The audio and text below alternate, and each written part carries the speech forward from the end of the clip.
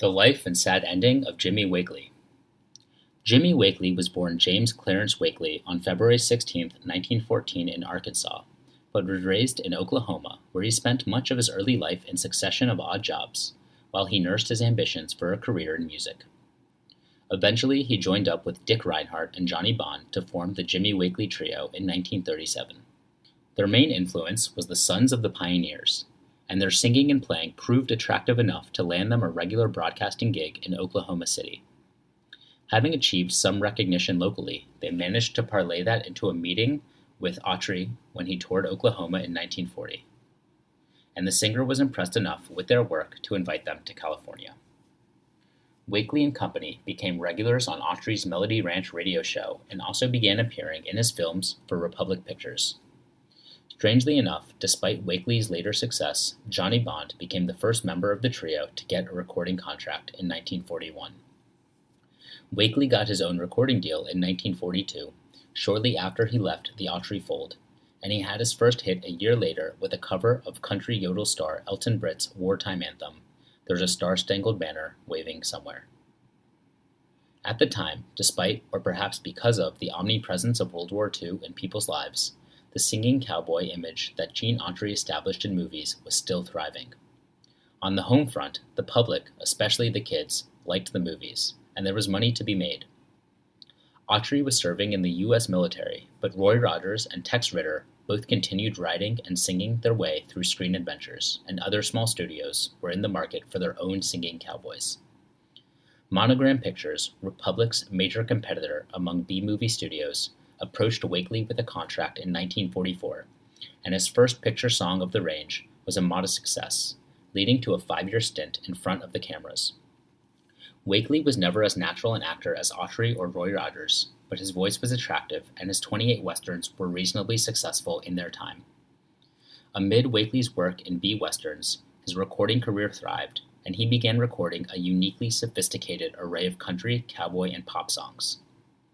His string began with his own Song of the Sierras, a rich atmospheric ballad that presented his voice in a deep, serious light.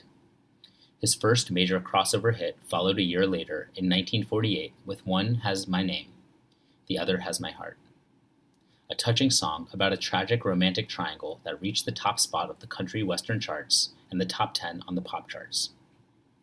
Wakely became especially closely associated with the music of honky-tonk songwriter Floyd Tillman, and one cover, I Love You So Much It Hurts, spent 5 weeks at the #1 spot on the country charts in 1949.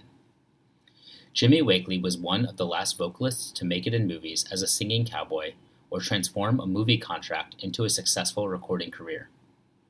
A protege and discovery of Gene Autry, he was never remotely as successful as Autry in movies, nor did his record sales approach those of his mentor. But Wakely was successful as a crossover act, his voice and repertoire attractive enough to find favor with pop as well as country and western audiences. It was producer Lee Gillette who thought of teaming Wakely up with songstress Margaret Whiting in what proved to be a very successful partnership. Their first song together, the infidelity story Slippin Around, set the pattern for their partnership, the effervescent Whiting and the smooth, laid-back Wakely, who by the time was becoming known as the Bing Crosby of country and western music, balancing each other perfectly.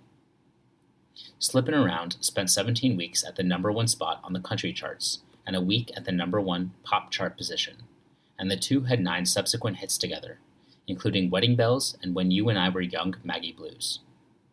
It was inevitable from all of this success that Wakely would become a media star. In 1952, he became the star of the Jimmy Wakely Show on the CBS radio network. After co-hosting the ABC television network series A Five-Star Jubilee in 1961 with Tex Ritter, he continued to record his own Shasta Records label, which he found as a mail-order distribution company in the mid-60s. He continued to perform live in an act that included his son and daughter and remained popular during the 1970s, until age and health problems began taking their toll. Wakely died of emphysema in 1982. Jimmy Wakely, thank you for everything. What you have done will forever be saved in the hearts of fans.